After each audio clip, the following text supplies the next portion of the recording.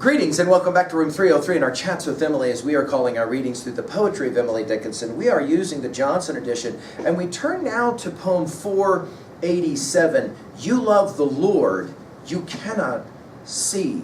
Now, this is another poem about sight. It will be referenced 3 times in the poem. But many have argued that, like poem 486, this is a poem about writing. And you'll remember that already when we did 441, we said that Emily struggled as a poet with the whole idea of being a poet. You'll remember in 441 she said, "This is my letter to the world that never wrote to me. The simple news that nature told with tender majesty. Her message is committed to hands I cannot see." And I want to comment just for a moment on, pay attention to that word, see, right? For love of her, sweet countrymen, judge tenderly of me. As we pick up this poem, I also want to challenge you to think about our use of pronouns here. We will see that the poem will use 6 times the word you, but it will be fairly clear that she really means I. So as we read the poem, I want you to be able to juxtapose I for you and see how it works for you as a reader. You love the Lord you cannot see. You write him every day, a little note when you awake and further in the day, an ample letter, how you miss and would delight to see.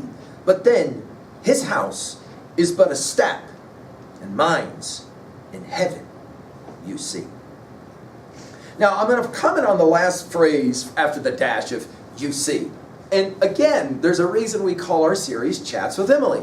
There is this conversational tone. It's almost kind of a throwaway, like, you see. Of course, our study of Plato's Republic, especially Book 6 and 7, the cave allegory, we've given full lectures at learnstrong.net, she's playing around with a very ancient idea of course, insight or perspicacity, the ability to really see and understand. Now, again, we have Emily talking to herself, maybe, and so she can use this second person pronoun, you. You love the Lord. Now, of course, here, Lord is interesting. We're going to get to heaven at the end of the poem. Is she speaking, of course, about Jesus Christ, or is she speaking about someone else? Emily plays this game all the time, and it isn't completely clear. You love the Lord, but the point here is you believe in something that you cannot see. Notice the irony. At the end of the poem, it is you see. You write him every day. And it's at this point now we can juxtapose, I love the Lord, I cannot see. I write him every day. Now again, this is that notion of the ancient Greek invocation of the muse. Remember when we did our study of the Iliad and the Odyssey, full lectures at learnstrong.net. You'll remember that we played that game. Now, our assumptions here are that you've been following our stuff at learnstrong.net. Down that left-hand side, Chats with Emily. I'm hopeful that you've worked through our set of introductory comments. I'm hopeful that you have already read through the previous 486 poems. As we mentioned, 486, a poem about writing poetry. And so you've heard this idea already, where Emily is speculating on what it's like to get up every day and to write. I mean, think about this. We've made our comment about Marcus Aurelius this way. What kind of person? The great scholar Michael Segru pointed this out many years ago in his comments on Marcus Aurelius. What kind of person writes a book to themselves? I mean, clearly a lonely person, a person who has no peers. Emily, it seems to me, plays into that tradition. She's writing all these poems. But for who? Well, she says it. For the Lord. Now that's interesting. Is she speaking theologically here? Is she speaking maybe about Sam Boyles, who is one who has the capacity to publish her stuff? In other words, he has some authority oversight on that. Is that who she's talking about? You write him every day. Notice the him is capitalized. And then it's a little note. I told you guys about her use of the word little, 172 poems she'll use it. Notice in the previous poem it was slightists. She'll call it a little note when you awake. Is she talking about her poems as prayers, maybe?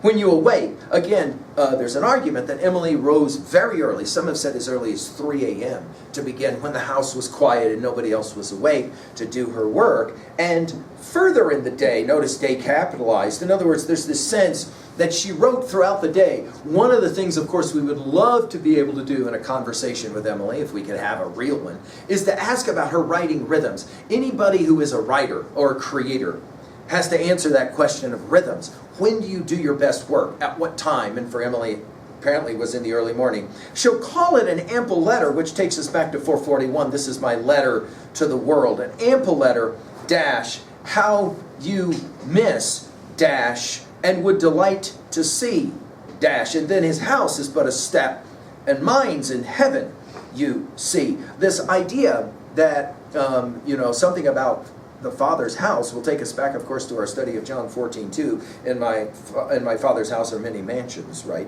This idea of, I have a house here. We heard about that house in the previous poem. But there's this other house. Is she talking about afterlife? Is she talking about publishing and being recognized? It isn't abundantly clear. I think, though, that it, 2a, however you read this poem, it's clearly a poem about the act of creation and how sacred that act is. Right? And it's framed by knowing that death is coming. As we've often said in room 303, you haven't met any 200-year-old people. Let that sink in for you as an artist. That is to say, there's this coming reality that soon you must leave. As Marcus Aurelius, to quote him again, soon you will have forgotten all things, and all things will have forgotten you. I think Emily was acutely aware of this as an artist, as a writer. At 2b, well, of course, you've got to decide how you read this second person pronoun you as opposed to the I. Of course, sight and seeing is referenced 3 times. At 3a, we mentioned 441, this is my letter to the world. Finally, at 3b, what do you think about the whole notion of writing letters? And to what degree are you a letter writer? And I'm hopeful that these letters of Emily are challenging you. Thank you.